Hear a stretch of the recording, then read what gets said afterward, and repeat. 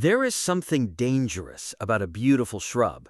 It can sit quietly in a garden center looking perfectly innocent, covered in attractive leaves, flowers, or berries, while giving you absolutely no clue what it may become 5 or 10 years later.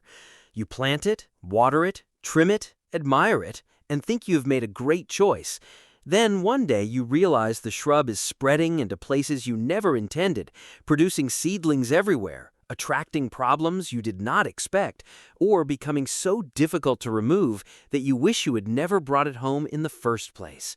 And that is exactly why today we're looking at 14 shrubs that deserve a second thought before you plant them, or if they're already taking over your property, before another growing season gives them even more room to spread.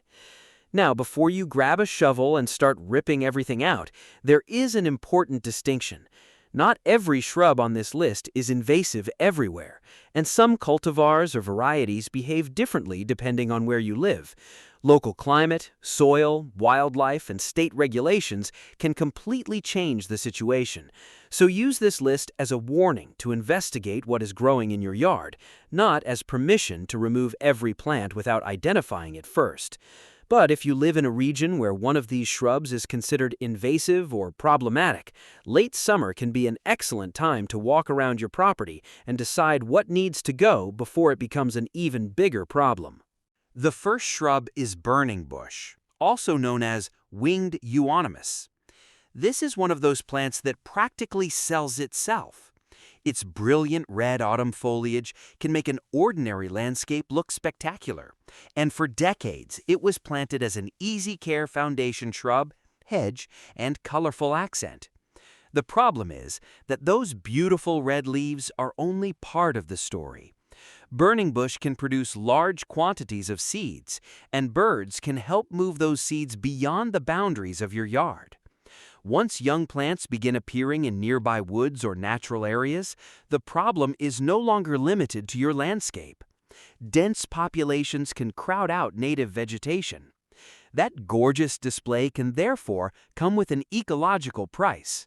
In fact, burning bush is prohibited in Massachusetts, and several other states and regions regulate or discourage it. And here is what makes burning bush particularly frustrating for homeowners. The original plant may look perfectly controlled, while the real problem is happening several yards away. You may see a healthy shrub beside your driveway and assume everything is fine, while small seedlings are quietly establishing under trees, along fences, or at the edge of your property.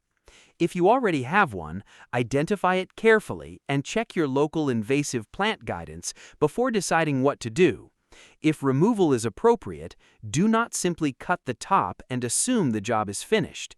The objective is to prevent the plant from continuing to produce seed and to deal with regrowth or seedlings that may already be established. The second shrub is Japanese barberry. This one is particularly deceptive because it comes in attractive forms with green, golden, or deep reddish-purple foliage, and it can tolerate conditions that defeat many other landscape plants. But there is another feature you discover very quickly when you try to work around it: the thorns.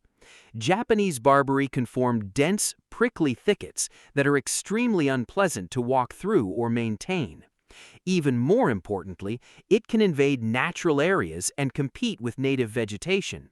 The National Invasive Species Information Center identifies Japanese barberry as a non-native invasive plant that can form dense stands and crowd out native plants.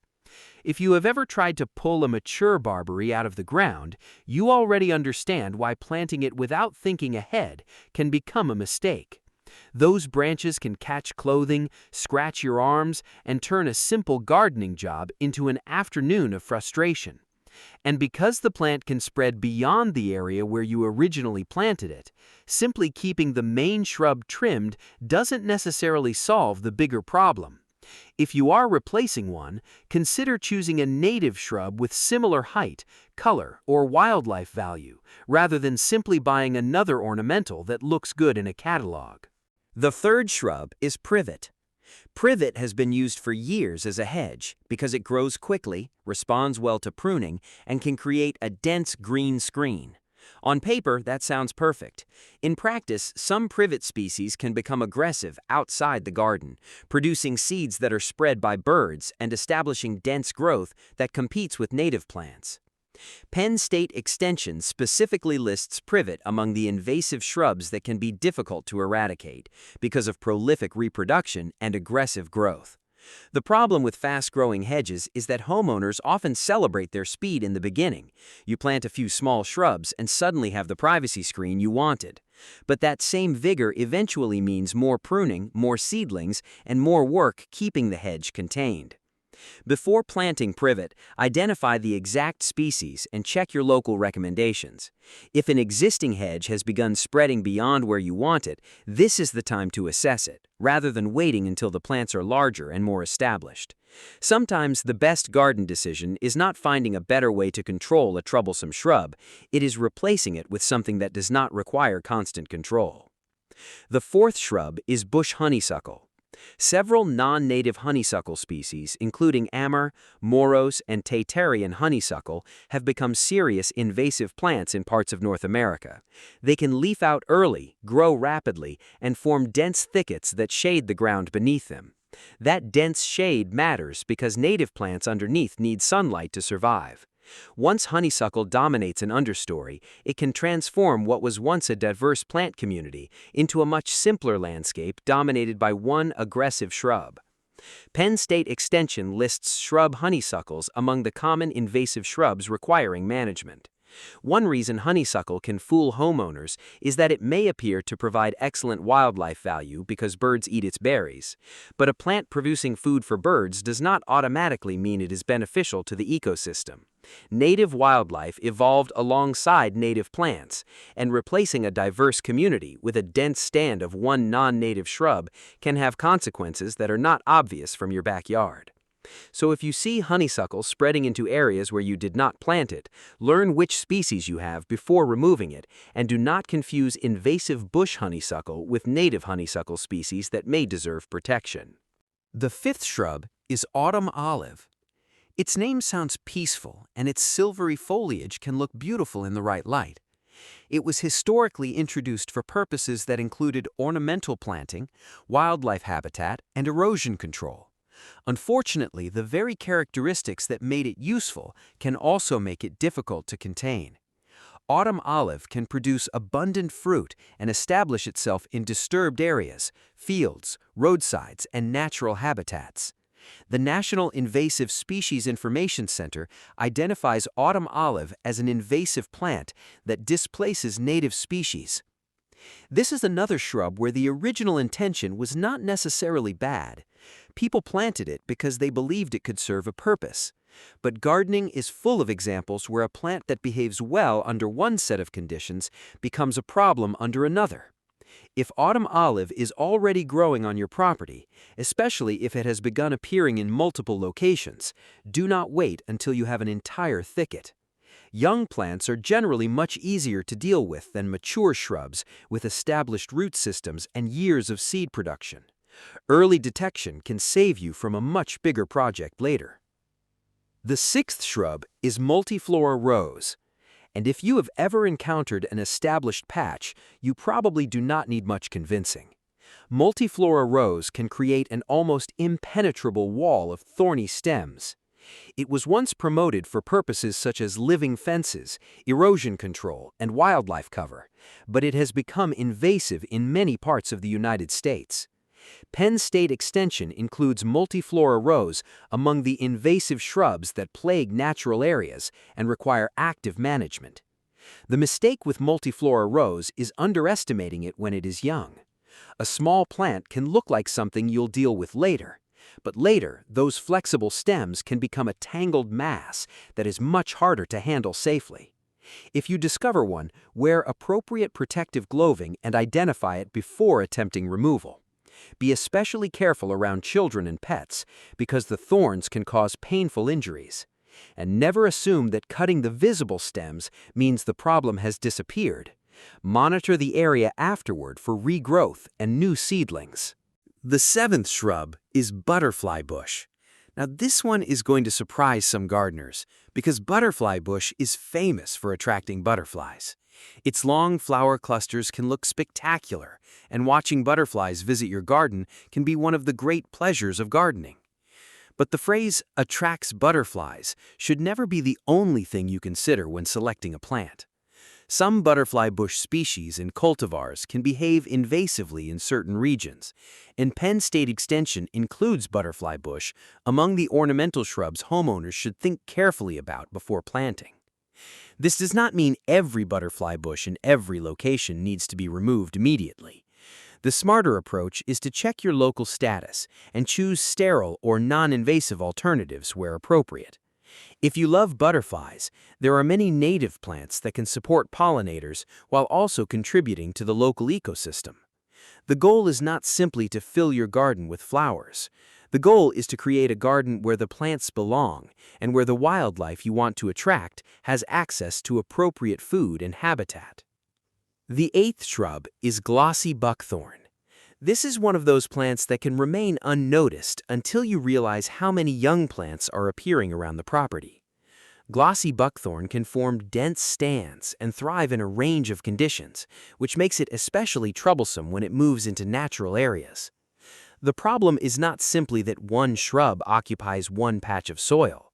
The concern is what happens when enough of these shrubs establish themselves to change the structure of the plant community beneath and around them. If you find a suspected buckthorn on your property, identification matters because several native shrubs can look similar. Do not remove a plant simply because someone online told you that every shrub with a certain leaf shape is invasive. Look closely at the leaves, stems, fruit, growth habit, and location, and compare the plant with a reliable local identification guide. Once you know what you have, you can make a much more informed decision about whether it belongs in your landscape. The ninth shrub is Japanese spirea. This shrub is popular because it is compact, attractive, and produces clusters of flowers that can brighten a landscape. But some non-native spirea species have escaped cultivation and become invasive in parts of North America. The important lesson here is that small shrub does not automatically mean small problem. A plant does not have to become a 20-foot monster to cause ecological trouble. If it produces abundant seed and establishes outside cultivation, even a relatively modest shrub can spread. Before adding Japanese spirea to a new garden bed, check your regional invasive plant recommendations. If you already have it, pay attention to seedlings appearing beyond the original planting area. Those little plants are often your earliest warning that the shrub is reproducing more successfully than you intended. And if your goal is a low-maintenance garden, a shrub that requires constant deadheading, pruning, and monitoring to prevent unwanted spread may not actually be the low-maintenance choice it appeared to be. The 10th shrub is Scotch broom. This one is particularly important for gardeners in parts of the western United States, where it can become a serious invasive plant. Scotch broom grows rapidly, produces large numbers of seeds, and can establish dense stands. It may look attractive when covered with its bright yellow flowers, but beauty is not a reliable measure of whether a plant belongs in a particular ecosystem. Scotch broom also illustrates why gardening advice cannot always be universal. A plant that behaves acceptably in one region can become a major invasive problem somewhere else. So, if you live in an area where Scotch broom is known to spread aggressively, think twice before introducing it. And if you already have it, do not allow a few attractive flowers to convince you that it should stay simply because it looks good for a few weeks of the year.